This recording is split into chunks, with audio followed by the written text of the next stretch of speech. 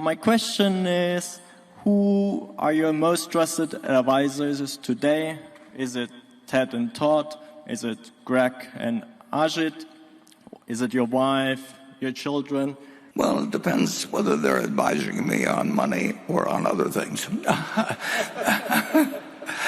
I trust my children and my wife totally, but that doesn't mean I ask them what stocks to buy. In terms of managing money, there wasn't anybody better in the world to talk to for many, many decades than Charlie. If you don't live a life where you surround yourself and limit yourself to people you trust, it won't be much fun. I mean, I literally have been in the position ever since I was in my 20s of being able to have people I trusted around me, and I've made mistakes occasionally, but they filter out over time. You learn. When I found Charlie, for example, in all kinds of matters, not just investment, I knew I'd have somebody that well, I'll put it this way. You can think about this. Charlie, in all the years we worked together, not only never once lied to me, ever, but he didn't even shape things so that he told half lies or quarter lies to sort of stack the deck in the direction he wanted to go. He considered it total of utmost importance that he never lied. Now, that occasionally got him in trouble at dinner parties or something. If he said to the woman, "I really prefer the way you used to do your hair or the way that somebody over across the room does it." I mean, but in terms of having a partner, I simply cannot think of a conversation I ever had with Charlie that in the least he misled me or shaped it his way or anything of the sort. So when you get that in your life,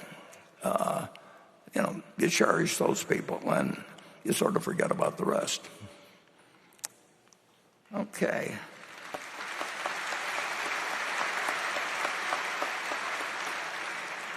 I'm wondering, if you had one more day with Charlie, what would you do with him?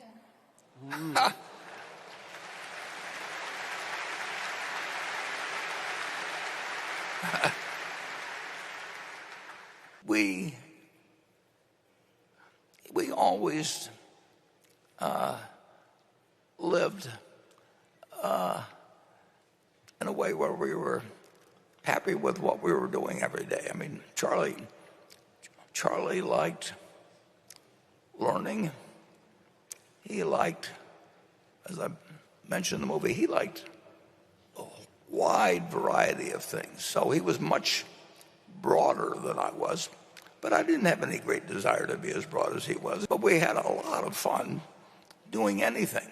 And, we played golf together. We played tennis together. We did everything together. And this you may find kind of interesting. We had as much fun, perhaps even more to some extent, with things that failed. Because then we really had to work our way out of them. And in a sense, there's more fun having somebody that's your partner in digging your way out of a foxhole than there is just sitting there and watching an idea that you got 10 years ago just continually produce more and more profit. So he really fooled me, though.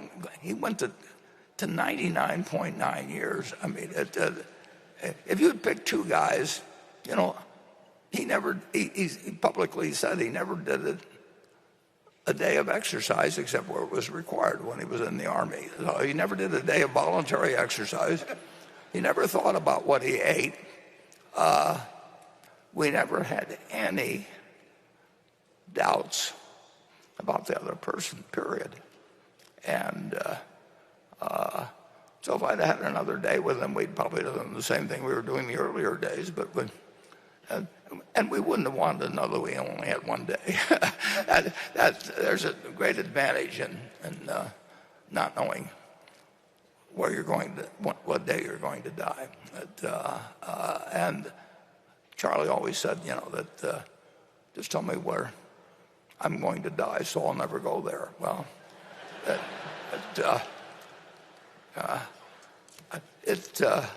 the truth is, he went everywhere with his mind, and therefore he was not only interested in the world at 99, but the world was interested in him. It's remarkable. I'd never seen anybody that was peaking, at 99 and where the world wanted to come and see him. I mean, they actually wanted to go out to 351 North June Street. And whether it was, well, I could name a whole bunch of names, but I'll start with Elon Musk, but go down the list. And they all wanted to meet Charlie, and Charlie was happy to talk with them. And the only person I could think of otherwise was the Dalai Lama. I don't know that they had a lot else in common, but it was he lived his life the way he wanted to, and he got to say what he wanted to say. And again, I can't remember any time that he was mad at me or I was mad at him. It just didn't happen. And calling him was fun back when long distance rates were high, and we did keep learning, and we liked learning together.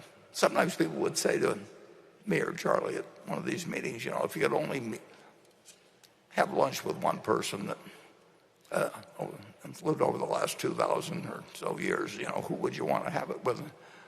Charlie says, I've already met all of them, because he read all the books. I mean, he really had no one else to meet because he'd read all their stuff, and he liked Ben Franklin's stuff better than he liked mine. But with Ben Franklin, he just had to read about it.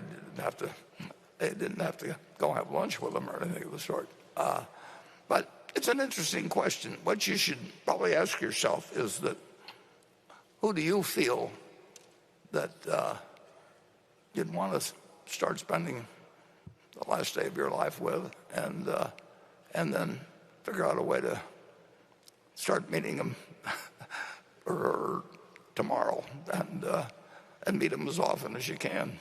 It's why wait till the last day? And don't bother with the others.